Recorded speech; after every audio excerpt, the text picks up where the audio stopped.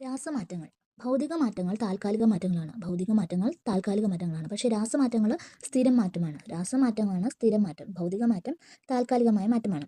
ഭൗതിക മാറ്റത്തിൽ തന്മാത്രാ ക്രമീകരണത്തിലെ മാറ്റം മാത്രമാണ് നടക്കുന്നത്. പക്ഷേ രാസമാറ്റത്തിലോ പുതിയ തന്മാത്രകൾ രൂപപ്പെടുകയാണ് ചെയ്യുന്നത്. അപ്പോൾ ഭൗതിക മാറ്റത്തിൽ എന്താണ് തന്മാത്രാ ക്രമീകരണം മാത്രമാണ് ഭൗതിക മാറ്റത്തിൽ നടക്കുന്നത്. പക്ഷേ രാസമാറ്റത്തിൽ പുതിയ തന്മാത്രകൾ ഉണ്ടാവുകയാണ് ചെയ്യുന്നത്.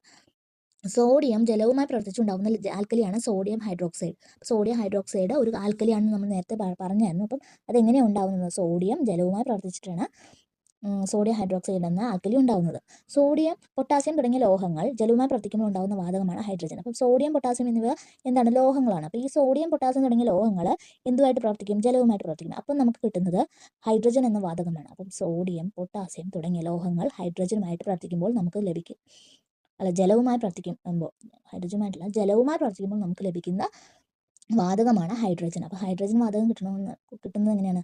സോഡിയം പൊട്ടാസ്യം തുടങ്ങിയ ലോഹങ്ങൾ ജലവുമായിട്ട് പ്രവർത്തിക്കുമ്പോൾ നമുക്ക് ഹൈഡ്രജൻ ലഭിക്കും. മഗ്നീഷ്യം വായുവിൽ കത്തുമ്പോൾ താപവും പ്രകാശവും ഉണ്ടാകുന്നു. മഗ്നീഷ്യം വായുവിൽ കത്തുമ്പോൾ താപവും പ്രകാശവും ഉണ്ടാകുന്നു. താപം പുറത്തുവിടുന്ന രാസപ്രവർത്തനങ്ങളാണ് താപമോചക രാസപ്രവർത്തനങ്ങൾ, അല്ലെങ്കിൽ എക്സോതെർമിക് റിയാക്ഷൻസ്. താപം പുറത്തുവിടുന്ന രാസപ്രവർത്തനങ്ങൾ താപമോചക പ്രവർത്തനങ്ങൾ. താപം ആഗിരണം ചെയ്യുന്ന രാസപ്രവർത്തനങ്ങൾ താപ ആഗിരണ രാസപ്രവർത്തനങ്ങൾ, അല്ലെങ്കിൽ എൻഡോതെർമിക് റിയാക്ഷൻസ്. താപം ആഗിരണം ചെയ്യുന്ന രാസപ്രവർത്തനങ്ങളാണ് താപ ആഗിരണ രാസപ്രവർത്തനങ്ങൾ, അല്ലെങ്കിൽ എൻഡോതെർമിക് റിയാക്ഷൻസ്. മിന്നാമിനുങ്ങിന്റെ ശരീരത്തിന്റെ തിളക്കത്തിന് കാരണം ലൂസിഫറിനാണ്. അപ്പം മിന്നാമിനുങ്ങിന്റെ ശരീരത്തിന്റെ തിളക്കത്തിന് കാരണം ലൂസിഫറിൻ.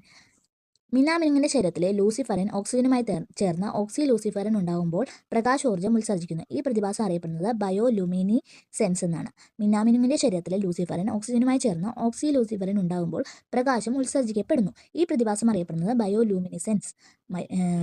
എന്താണ് ബയോലൂമിനിസെൻസ്? മിന്നാമിനുങ്ങിന്റെ ശരീരത്തിലെ ലൂസിഫറിൻ ഓക്സിജനുമായി ചേർന്ന് ഓക്സി ലൂസിഫറിൻ ഉണ്ടാവുകയും അങ്ങനെ പ്രകാശോർജ്ജം ഉത്സർജിക്കപ്പെടുകയും ചെയ്യുന്നു. ഈ പ്രതിഭാസമാണ് ബയോലൂമിനിസെൻസ്.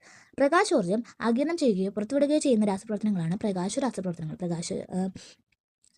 അപ്പോൾ താപമോചക പ്രവർത്തനം താപാഗിരണ പ്രവർത്തനം പറഞ്ഞു. ഇനി പ്രകാശോർജ്ജം അത് ആഗിരണം ചെയ്യുകയോ പുറത്തുവിടുകയോ ചെയ്യുന്ന രാസപ്രവർത്തനങ്ങളാണ് പ്രകാശരാസപ്രവർത്തനങ്ങൾ എന്ന് അറിയപ്പെടുന്നത്.